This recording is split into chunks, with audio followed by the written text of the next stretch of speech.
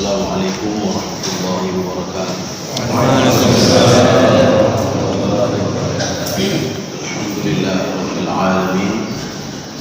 Wassalatu wassalamu ala asyrafil anbiya'i wal mursalin wa ala alihi wa ashabihi ajma'in.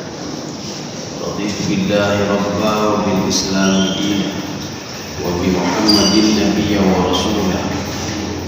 Bishrah li sadri wa yassir li amri wahlul 'uqdatam min lisani yafqahu qawli.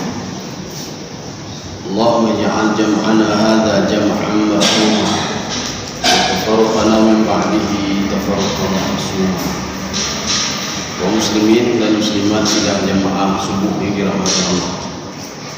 Kita lanjutkan kajian kita pada surah Al-A'la. Ini sudah memasuki ayat ke-8. A'udzu billahi minasyaitonir rajim. Bismillahirrahmanirrahim. Wa nuyassiruka lil yusra. Jadi ini waw ini adalah waw ataf.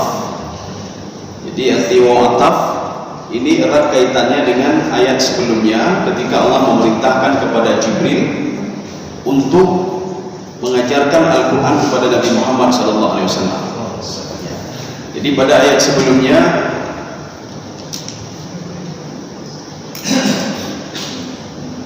wa nuqri'uka fala sanuqri'uka fala tansa.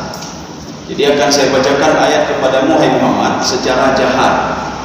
Jadi makanya Jibril itu membacakan ayat kepada Nabi Muhammad SAW supaya jahar. Supaya apa? Kata Imam Jalalain, khasyatun minan nisyan. Jadi takut lupa. Makanya supaya Rasulullah tidak lupa dengan bacaan Al-Quran itu, maka dijaharkan bacaan Jibril alaihissalam sebagaimana perintah Allah Subhanahu wa taala. Satu. Yang kedua, wa nuyassiruka lil yusra. Saya permudah Al-Quran itu. Ya. Jadi permudah ini bagaimana? Di dalam tafsir Al-Qurtubi, kata Imam Al-Qurtubi, saya permudah untuk menghafal likai tahfad wa tu'allim. Jadi kamu itu supaya permudah untuk menghafal dan permudah juga untuk mengajarkan orang lain. Jadi dua ini. Makanya dalam sebuah hadis Rasulullah SAW, yassiru wa la tu'assiru, basyiru wa la tanfiru. Jadi Rasulullah mengajarkan sistem dakwah itu permudahlah, jangan persusah.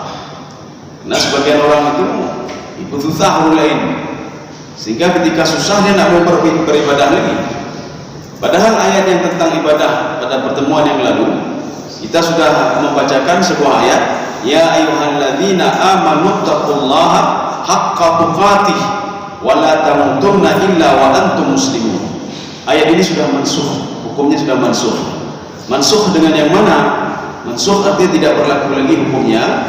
Yang berlaku adalah ayat yang turun setelah itu pada surah At-Taghabun, ittaqullaha mastata'tum. Jadi bertakwalah kepada Allah sebesar kemampuan kamu. Jadi kalau ibadah kita sanggup duduk, ya duduk, nggak sanggup berdiri. Oh kita nggak bisa duduk, kita sanggupnya apa? Tidur, ya tidur. Ini namanya beribadahlah kepada Allah mastata'tum. Permudahlah orang lain, kata Rasulullah. Yassiru wala tu'assir. Jangan bersusah orang lain. Orang lain ketika ada mau Islam makin susah dia makin susah terus. Dipersusah, ini harus begini, ini harus begini. Maka Rasulullah mengatakan permudahkanlah segala urusan itu sebagaimana Jibril dan Allah mempermudahkan saya untuk menghafal Al-Quran dan mengajarkan Al-Quran kepada orang lain. Ini dimaksudkan dengan wa nuyassiruka lil yusra. Fadzakir. Ini fa li tafri namanya. Fa tafri itu memang hampir sama seperti fa bayaniyah. Jadi bedanya tafri begini. Kalau bayaniyah itu merincikan. Kalau fa tafri itu menjelaskan kalimat yang ada di belakang ini. Ini fa tafri namanya. Jadi artinya kamu sudah diberikan ilmu oleh Allah, sudah diberikan kemampuan untuk menghafal Al-Quran, sekarang ajarkanlah itu, fadzakir. Maka di situ ada tasydid.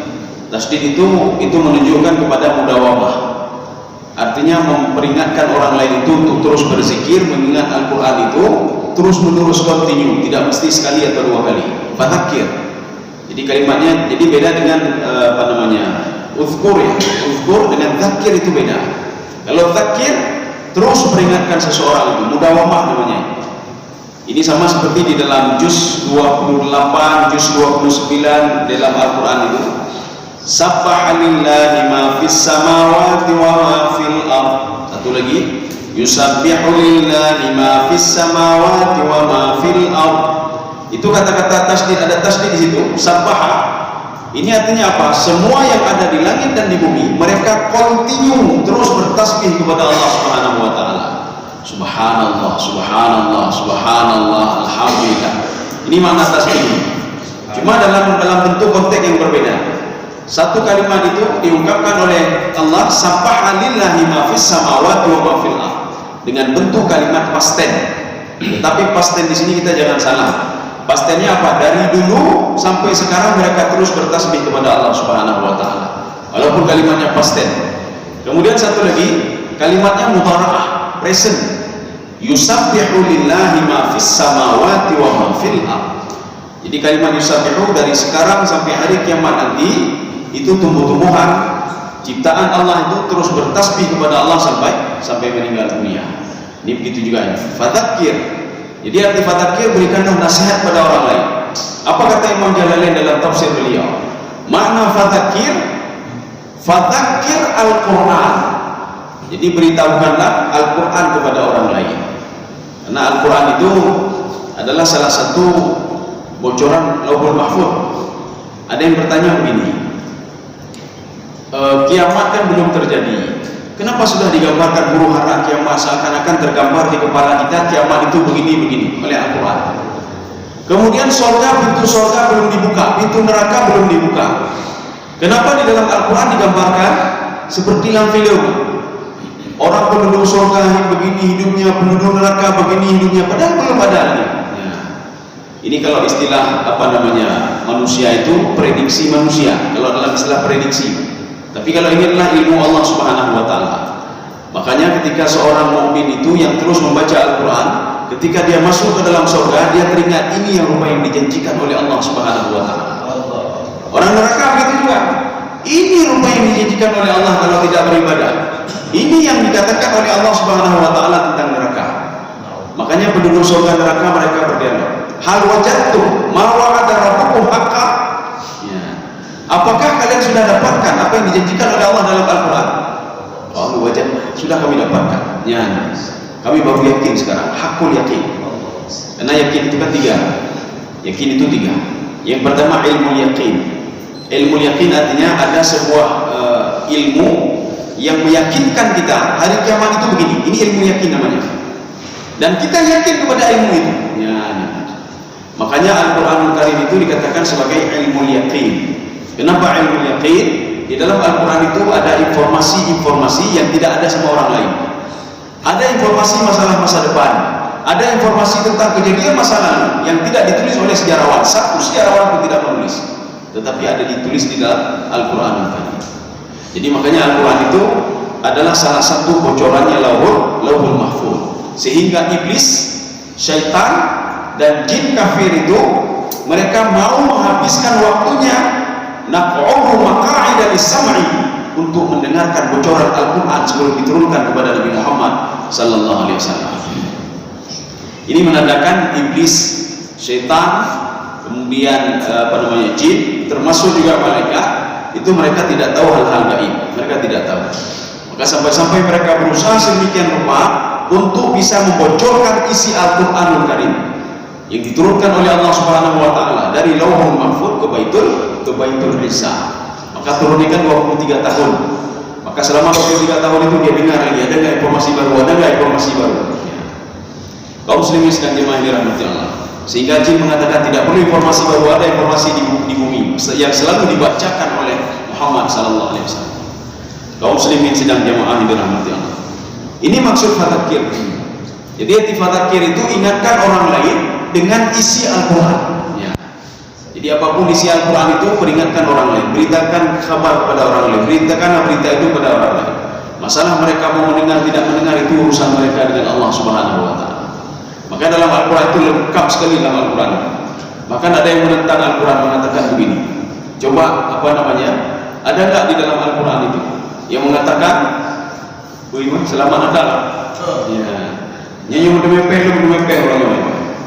Ada nggak yang mengatakan selamat Natal dalam Al-Quran? Tidak ada, kata dia. Ini buktinya dia tidak baca Al-Quran. Ya. Jadi Al-Quran itu ada simbol-simbol khusus di dalam Al-Quran yang Allah ajarkan kepada Nabi Muhammad SAW. Kamu jangan seperti mereka, hai Muhammad. Tidak mesti tertulis. Makanya Rasulullah pernah diperingatkan oleh Allah Subhanahu wa taala. Ma ja'alallahu lirajulin min qalbayni fi jawfihi. Wahai Muhammad, seorang itu tidak pernah menciptakan dua hati. Satu hati teringat kepadaku, satu hati teringat kepada orang lain. Tidak. Inilah yang dikatakan oleh Imam Al-Ghazali di dalam kitab beliau.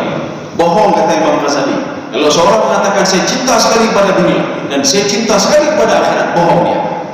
Karena kalau dia mengatakan saya cinta kepada dunia, itu dia berarti tidak cinta kepada akhirat. Kalau dia cinta kepada akhirat, berarti dia tidak cinta kepada dunia. Ini kita jangan salah menyikapi.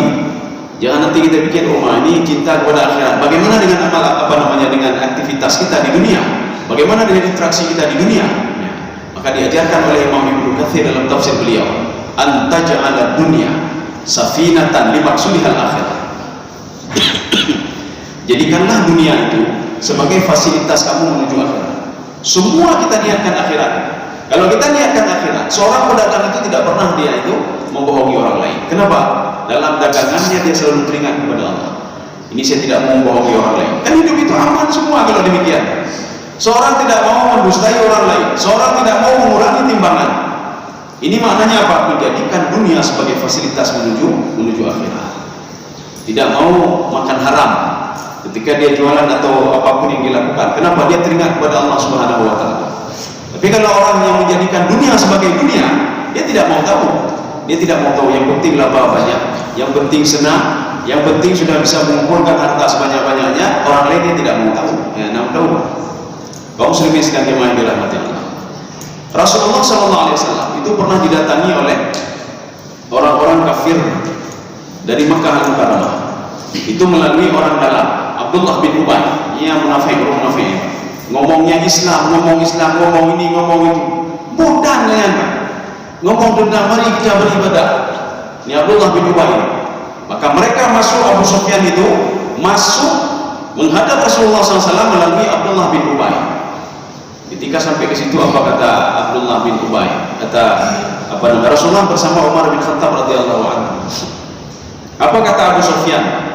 Termasuk di situ juga As bin Wa'il, orang yang sangat benci kepada Rasulullah SAW. Wahai Muhammad, kalian tidak perlu kalian masuk ke tempat ibadah kami, tidak perlu. Kalian tidak perlu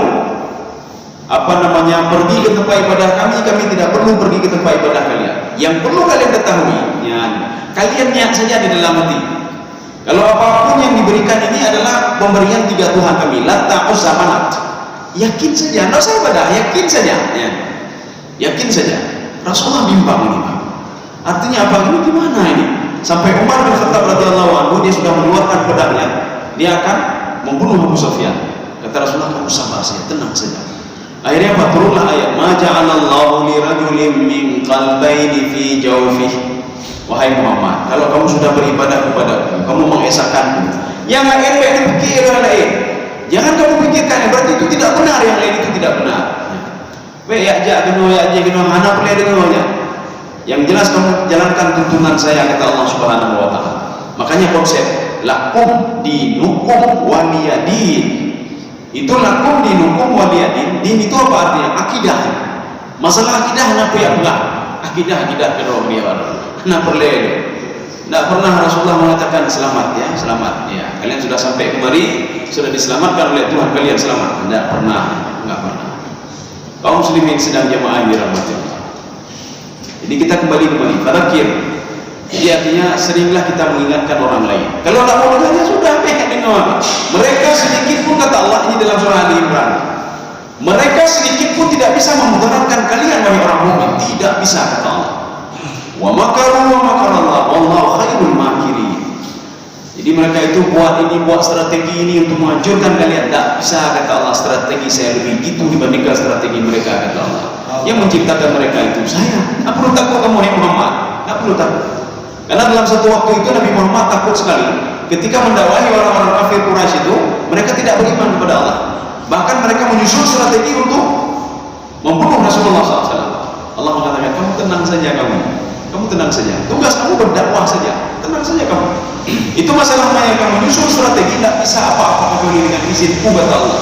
Jangankan mereka, iblis pun, syaitan pun, jin kafir pun tidak bisa memudaratkan kamu sedikit pun, kata Allah Subhanahu wa Ta'ala, kecuali dengan izinku, kata Allah. Ya, kenapa dia?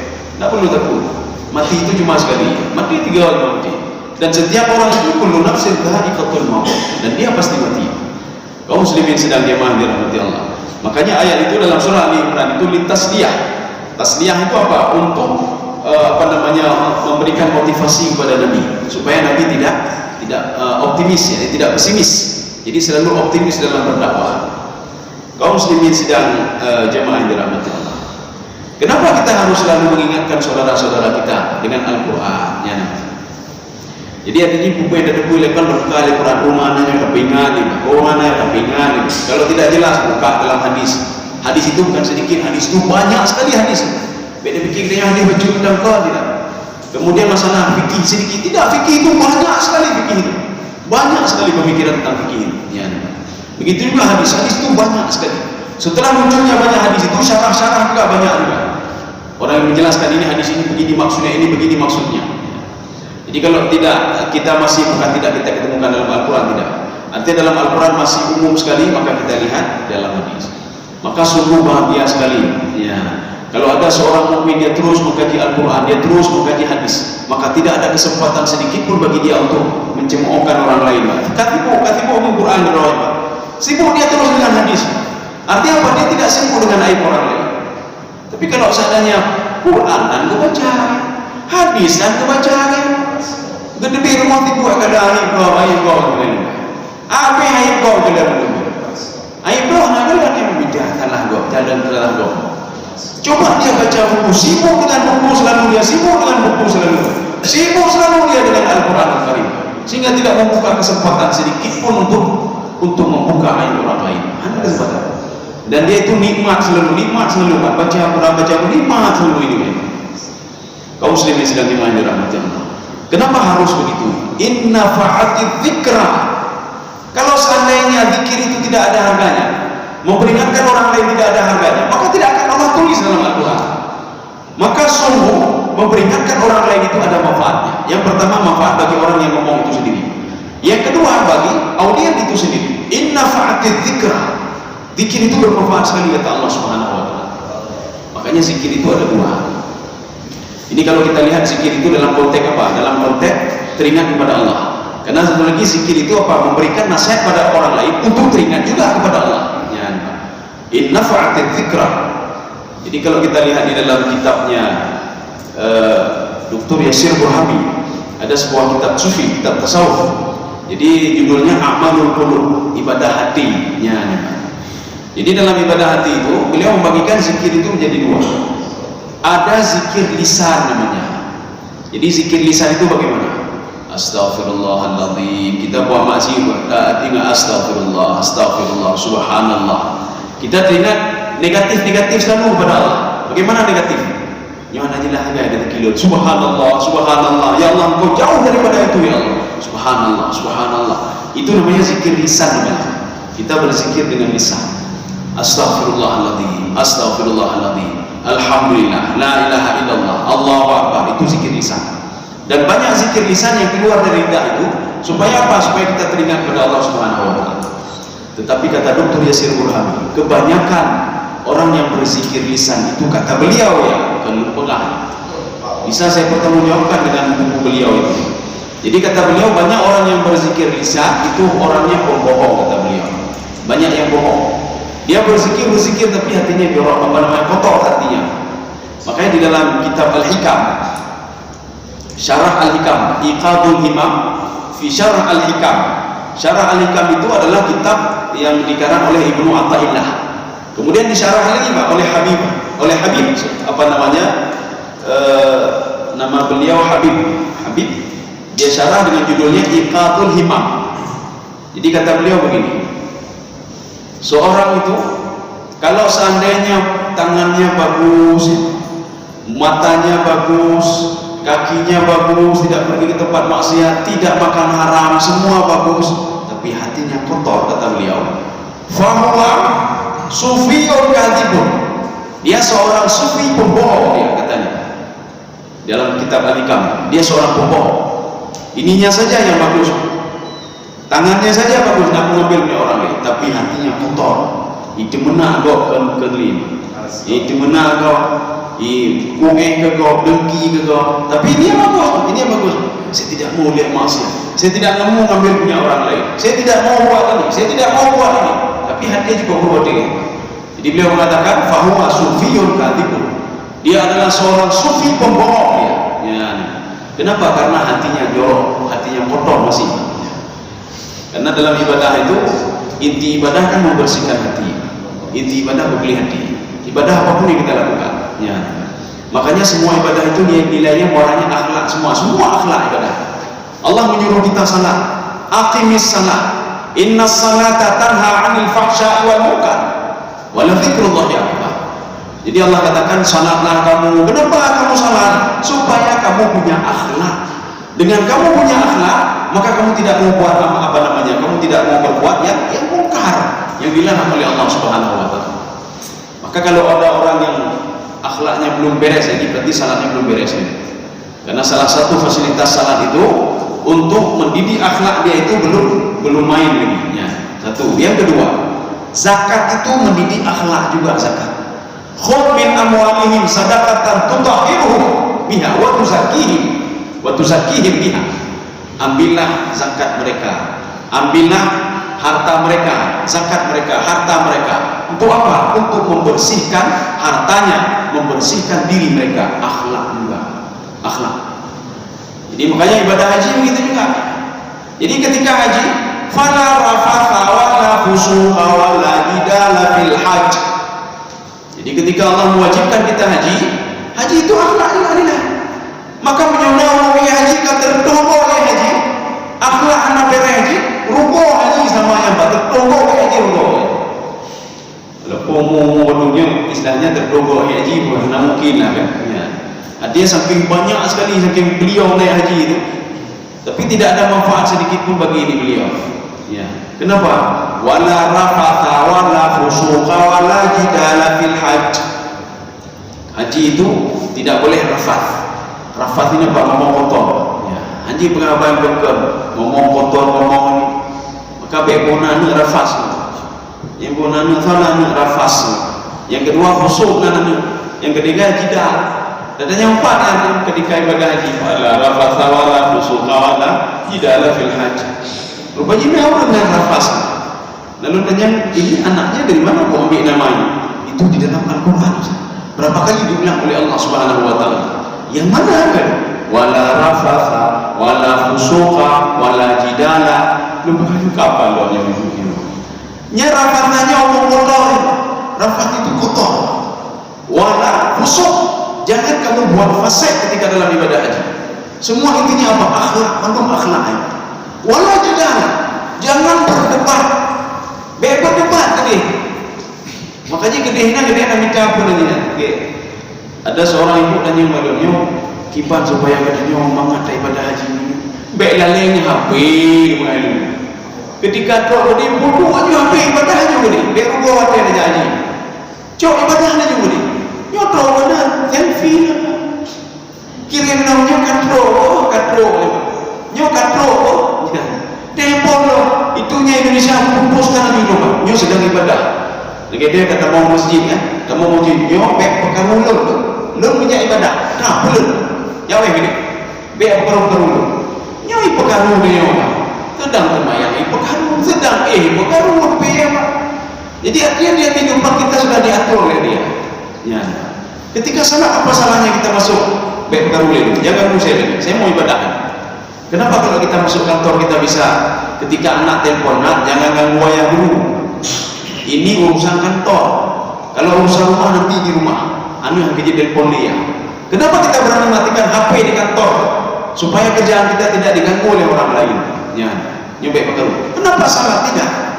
Kenapa salah bisa diganggu selalu oleh HP? Oleh HP kenapa? Memang tak pegahli imu mohon HP di silent. Imu pun adalah di bed silent, boleh tu jumpa dalam silent. Yang punya silent boleh nak mengendang. Mampu le, apa kamu pakai kebitnya.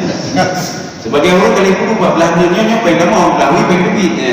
Ketika mendetik belahnya, kapalnya apa yang kamu kira-kira 300 juta belonyo lalu bayang tu pacaran. Ibu tu dah belakang namanya pakai kebit. Berarti karena terbanding ni. Kalau uang keluar sekian, uang keluar masuk sekian, berarti tidak ada lama saya. Assalamualaikum, assalamualaikum, jawab pilih. Jadi dia sudah mengganggu kita. Artinya HP itu lebih dahsyat daripada syaitan ya. Kalau syaitan kita cukup mengucapkan a'udzubillahi minasyaitonirrajim gak ada ni. HP hana tapi ikut dia tenang kena ikut. Tengah malam mungkin mau salat tahajud, padahal dia lihat ada pesan apa di HP nya. Kaum muslimin sedang iman dirahmati Allah. Ini kita lanjut kembali. Inna fa'atit dzikra. Karena mengingatkan ya tadi zikir tadi ada dua. Zikir lisan. Kebanyakan orang zikir lisan itu kadang-kadang bohong, kata Imam Dr. Yasir Burhami. Bohong dia. Dia buat berzikir ini, berzikir itu, tapi hatinya mungkin dan dengki gegapnya. Kita kalau ingin lihat kalau istilah itunya makayis istilahnya. Apa istilahnya? Barometer. Seorang itu ibadahnya sudah bagus atau enggak? Hati sudah bela hati. Nah dengki hati gegapnya. Nah hati. Kalau hatinya sudah bersih, berarti dia sudah berhasil untuk mendidik hatinya melalui ibadahnya. Tapi kalau belum, dia ibadah ini, ibadah itu, dan yang paling itu, lumayan tahajud bukan? Hana bukan, kayak kena ada yang lepas. Kayak bukan macam aku bukan dia ada bentuk hati. Lugu bayang sebenarnya. Kaum muslimin sedang jemaah dirahmati Allah. Yang kedua, itu namanya zikir qalb, zikir hati. Ya. Makanya zikir hati itu bagaimana? Kita tidak boleh sembarangan melihat orang yang tidak pernah berzikir dia. Kita tidak tahu kehebatan hati dia berzikir itu kepada Allah Subhanahu Wa Taala. Bagaimana berzikir hati? Itu dijelaskan secara satu-satu oleh Dr. Yasir Burhami. Salah satu zikir hati itu apa? Warak. Warak itu apa? Menjaga diri dari yang haram. Warak menjaga diri dari yang syubhat. Ya. Warak itu kan ada 3. Warak menjaga diri dari yang halal lagi. Yang ini tidak kita sanggupi. Yang ketiga ini tidak sanggupi. Kalau yang haram, seorang ketika melihat yang haram, peluh kena dia minahnya. Dia sudah berzikir kepada Allah. Artinya apa? Dia teringat kepada Allah. Kalau saya makan haram ini akan dimintai pertanggungjawaban oleh Allah Subhanahu Wa Taala, walaupun tidak ada yang tahu mana betul. Tapi karena sifat waraknya dia itu, ya ja'alna tahu. Dia boleh nyana. Oh nyana pek macam pek dari panai. Lo kerja tak terputar pek panai. Alah belum dijual. Han. Saya tidak mau menafkahi tubuh saya dengan yang haram. Dia sudah berzikir. Zikir ini lebih dahsyat dibandingkan zikir subhanallah, alhamdulillah, wa la ilaha illallah, Allahu akbar, astaghfirullahaladzim. Karena yang ngomong cuma mulut saja. Tapi kalau itu hatinya, tidak ada orang yang tahu kalau dia warak. Tidak ada yang tahu kecuali dia dan Allah Subhanahu Wa Taala. Termasuk 2 malaikat ini. 2 malaikat tidak tahu kalau kita warak. Hidup 2. Ya. 1. Yang kedua tawadhu. Tidak ada orang yang tahu, termasuk iblis, setan, jin dan lain sebagainya. Dan 2 malaikat ini. Kalau kita tawadhu kepada Allah Subhanahu Wa Taala. Karena tawadhu itu adalah salah satu zikir hati. Ya. Ketika kita tawadhu, katanya ingat ke Allah. Ya, ingat ke Allah. Alahku ida dengan Alahku ini. Lagi ni. Makanya ketika itu Allah tahu, yang tahu cuma Allah. Malaikat tidak tahu. Malaikat itu. Malaikat ini kan, di bulannya hijau, di hijau, memang. Malaikat tidak tahu. Maka zikir hati itu yang tahu cuma seorang itu dengan Allah Subhanahu Wa Taala. Maka nanti ada juga sabar ya, sabar, bangga itu termasuk zikir hati. Kaum muslimin sedang jemaah dirahmati Allah. Kenapa kita memperingatkan orang lain itu supaya kita wa tawassaw bil haqqi wa tawassaw bis sabri. Kita menasihati orang lain dengan Al-Qur'an. Kenapa mesti demikian? Karena sebahagian nasihat kita itu ada yang direspon, sebagian ada yang tidak direspon. Ketika tidak direspon kita dapat satu pahala. Pahala apa? Pahala dakwah. Kita dakwahi dia. Mari kita salat. Ya juli. Bahkan dicemoohkan. Kita sudah dapat pahala mengajak orang lain, walaupun dia tidak mau. Maka kalau demikian tersenyum saja, yang mendakwah ngomongnya mendakwah. Ya. Kalau kita mendakwah ngomongnya, kita tidak lebih kurang dari seperti dia juga. Ya. Yang dah jatuh bukan. Nah, urut anak dama SD, BSD dan damanya. Yang kedua kami dah jatuh ulang dan pegah gegek dan dakwah gegek. Itu benar dia. Yang kita malah menak tidak jauh beda kita sama dia. Tidak jauh beda kita. Tak ibadah. Oh, ya. Kalau kita malas, kita nak dia urungannya. Orang lebih kurang aja. Berarti kita sama dia tak jauh beda. Kalau dia jauh dari Allah, berarti apa kurangnya dengan kita? Berarti kita juga jauh dari Allah Subhanahu Wa Taala. Kalau dia tidak punya pendidikan, wajar dia ngomong gitu, karena tidak punya pendidikan. Kalau kita ngomong seperti itu juga, tidak jauh beda kita sama dia. Jadi makanya Allah mengatakan begini, kalau kamu setelah berzikir itu, jangan duduk dengan orang-orang yang hanamu tebu, hatta yakhudu fi haditsin ghairi, sehingga dia sampai dia ngomong tentang ibadah, baru duduk lagi sampai dia. Kalau ibegahnya, aduh kawaknya, rugi zikir kamu ketika kamu sudah dekat dengan kata Allah, kemudian duduk lagi dengan orang-orang yang jauh dari kata Allah, jauhkanlah mereka. Ya. Maka dalam konsep Imam Al-Ghazali ada istilah uzlah sama beliau. Uzlah itu apa? Ada kalanya seseorang itu menjauhkan diri dari masyarakat. Ya. Ini bukan tak ada interaksi sosial, tidak. Tapi bikin di bulan tak ada interaksi sosial, tidak. Rasulullah SAW, kenapa Rasulullah pergi ke Hira sampai berapa hari? Uzlah. Karena keadaan sudah tidak inikan lagi. Akhirnya beliau uzlah. Makanya dalam konsep Imam Al-Ghazali ada dua konsep kata beliau. Kapan kita itu uzlah dan kapan kita itu natajamma wa mata natajamma wa mata na'tazil. Kapan kita berkumpul dengan manusia, berinteraksi sosial, dan kapan kita memisah diri dari mereka. Maka di situ dijelaskan.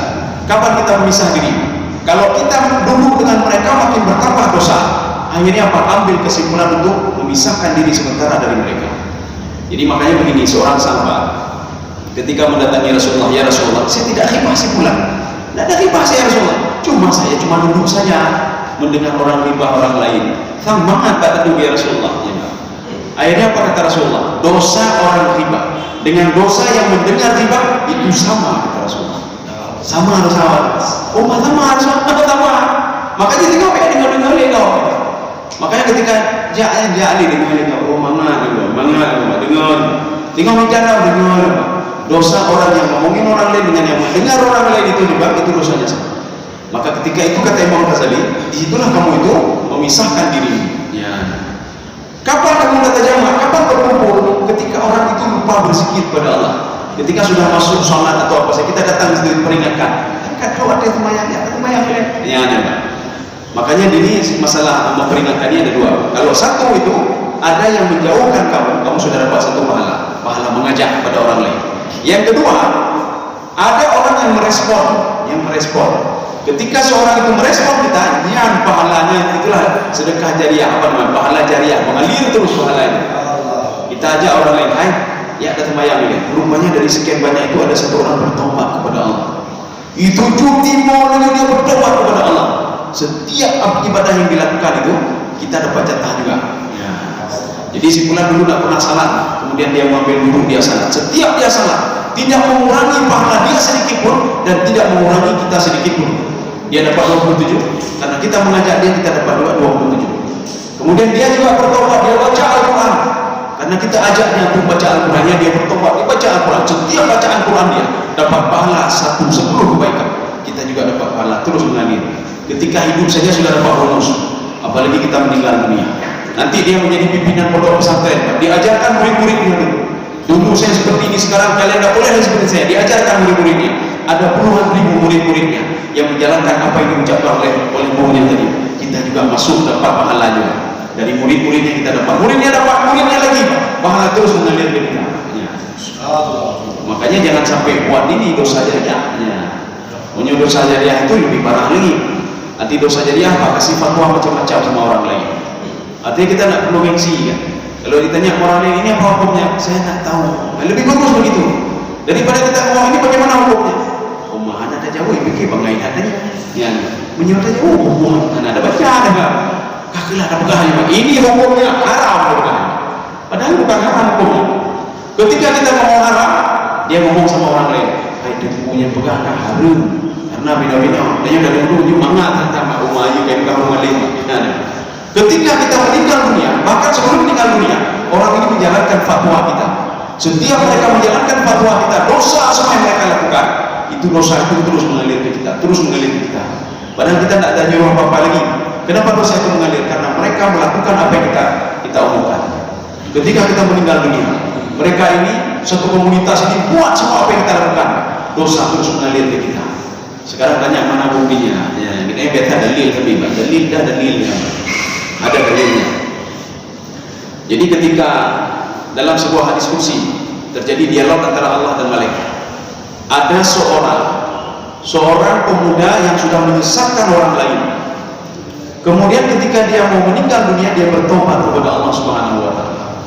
Ketika bertobat, malaikat itu senangnya luar biasa. Oh, maka bertobat dimulai ya. Konsep taubat itu, ya, kalau dia sudah bertobat, dosa-dosanya dihapuskan semua, ditutup oleh Allah, dan dia dimasukkan ke dalam surga. Ketika mau dimasukkan ke dalam surga, ditahan oleh Allah. Mau bawa kemana dia? Maka malaikat mengatakan, saya mau masukkan ke dalam surga. Dia kan sudah bertobat, kata malaikat. Betul dia bertobat, kata Allah. Bagaimana dengan pengikut-pengikutnya yang masuk ke dalam neraka gara-gara dia? Ya. Itu terserah mereka. Oh, tidak bisa, kata Allah, tidak bisa. Gara-gara dia memberikan fatwa tidak benar. Sekarang bawa pemuda ini bersama orang-orang itu dibakar dulu, setelah itu nanti baru masukkan ke dalam surga. Ya. Kenapa kita harus dibakar dulu dan dimandikan oleh Allah sebelum masuk ke dalam surga? Allah tidak mau daging pemakan haram ini masuk ke dalam surga. Allah tidak mau rambut kita ini yang tumbuh dari yang haram ini, ya rumput yang tumbuh di tangan kita, di kepala kita, tidak mau Allah kalau itu masuk ke dalam surga. Tidak mau. Makanya apa? Dibakar dulu.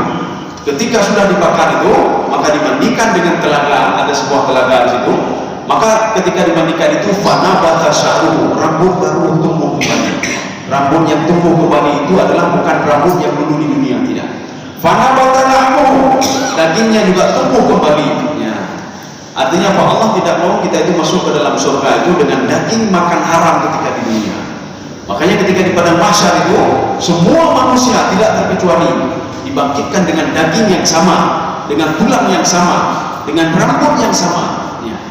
Di PDPK ini yang dua dibangkitkan kakek rumah, mana dedap. Oh, dulu minum dedap seperti itu. Daging saya tetap seperti itu. Kenapa? Karena daging pemakan haram ini akan bersaksi di depan Allah Subhanahu wa taala di padang mahsyar. Mulut kita ini yang ngomong macam-macam ini sebagai saksi di depan Allah Subhanahu wa taala. Maka nanti setelah diputuskan semua oleh Allah, di dalam neraka itulah keadilan Allah. Dibakar dalam neraka karena dia minta sendiri. Dibakar dalam neraka untuk apa? Untuk membakar daging-daging pemakan haram. Setelah bekasnya itu hilang semuanya, dimandikan dulu baru dimasukkan ke dalam surga. Kaum muslimin sedang jemaah dirahmati Allah. Saya rasa cukup apa sekian. Ini apa namanya? Zikir tadi kan ada dua. Istilahnya ada dua kemungkinan kita. Kenapa kita harus mendakwai orang lain?